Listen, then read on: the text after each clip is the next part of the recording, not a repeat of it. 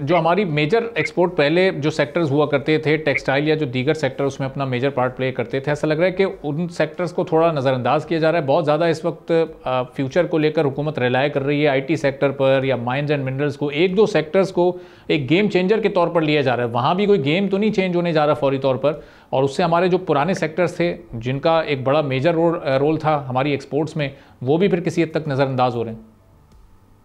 देखिए, मैन्युफैक्चरिंग, पाकिस्तान एक बहुत बड़ा मुल्क है और उसमें आबादी जो 250 मिलियन के करीब आबादी है और 70% जो है 25 साल से कम उम्र के, तो नौजवान है। हमें मैन्युफैक्चरिंग में दुनिया में नंबर 1 होना चाहिए, क्योंकि हम फैक्ट्री ऑफ द वर्ल्ड बन सकते हैं।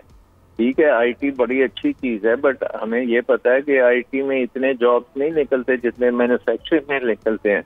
और बहरहाल आईटी में जितनी हम तरक्की कर सकते हैं वो भी बहुत अच्छी चीज है, लेकिन उसके लिए भी एक पूरा इंफ्रास्ट्रक्चर चाहिए। इंटरनेट यहाँ कभी आता है कभी नहीं आता, हर वक्त डिसरप्शंस हो रही होती हैं।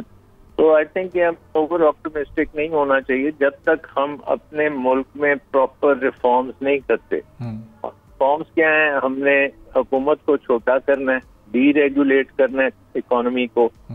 जो लोग इन्वेस्ट करना चाहते हैं उनकी हैरेसमेंट बंद करनी पड़ेगी, उनको काम करने का मौका देना पड़ेगा। यहाँ पे क्लस्टर्स बनाने पड़ेंगे।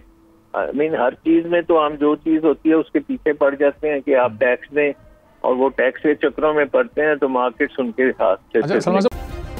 सब्सक्राइब करें और बेल दबाएं ताकि कोई खबर रह न जाए।